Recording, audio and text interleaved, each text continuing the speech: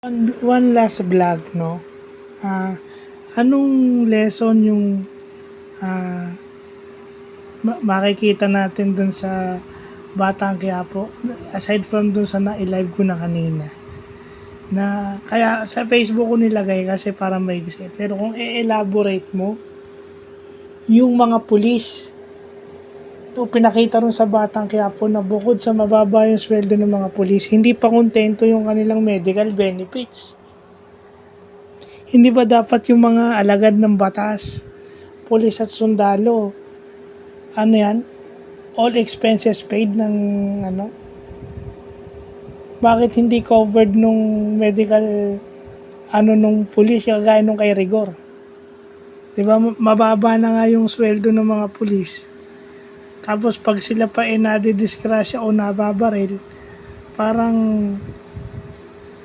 although sige meron silang pero napakaliit naman ng medical benefits ng mga pulis na dapat o mga sundalo na dapat tinataasan. Although meron sila pero hindi ganun kataas in comparison mo with other countries. Okay, yun yung nakikita natin kasi si Rigor, isipin mo yung dugo, yung nakita natin sa Batang Quiapo, yung dugo na kailangan isalin kay Rigor. Dapat meron na agad nun in case, di ba?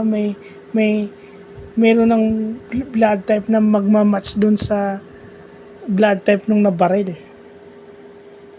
At yung pa palang isa na pag-alaman natin, yung buntis, bawal mag-donate ng dugo. Itong si Lena, nag-donate, which is bawal pala. O yun, may natutunan tayo. Nagsinungaling siya dun sa nurse. O. Si Olga, gustong pahuli si Tanggol. Ito naman si Lena, nagsinungaling dun sa nurse para kuhanan siya ng dugo.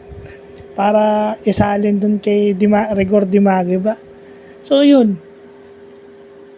Cool yung mga kagaya yung mga basic yan minsan hindi mo talaga sasabihin na buntis ka, hindi mo sasabihin may sakit ka kasi pag nalaman hindi mo na makukuha yung gusto mo. Typical sa atin yan, hindi natin alam yun yung nagkukos sa atin ng problema, yung hindi natin pag-amin. Ikakasal na makukuha na ni David si Catherine. Pero yun yung may twist. Paano makaka-intervene si Camille para sabihin na siya yung asawa at yun. Sipin nyo yung mga magpapakasal out of marriages na laganap sa Philippine society. Diba? Yung mga pulis, kulang ang benefits, mga sundalo, then yung mga traditional na yung mga fixed marriages traditionally na nakakasira sa lipunan ng mga Pilipino dahil puro pera. Diba?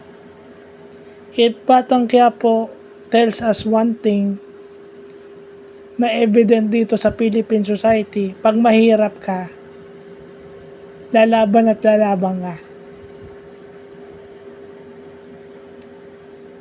Hindi ko lang alam kung di ba? Lalaban at lalaban ka, minsan kakapit ka na sa patalim dahil wala kang choice. Sa tingin mo wala kang choice kahit meron. So yun na nga yun, di ba? Paano mo ma-analogize yung Batang Quiapo into real life situations? Minsan may nakaburol ng patay, may nagbabarilan pa. Kagaya nung diba, nakaburol na si Mayor at saka si Babos, may magbabarilan pa. Kagagaling lang sa gulo, may gulo na naman dahil do sa mga chuchong ewan. Yung minsan ayaw talaga natin ng tahimik minsan gusto natin magulo para makabawi. Yan din ang toxic sa mga Pilipino Gustong gusto bumabawi. Hindi pa competitiveness used in a wrong way. Kasi yun na yun yung sinasabi na wag kang magdedesisyon kapag kagalit ka. Eh si Olga galit. Oh. So, yun lang po.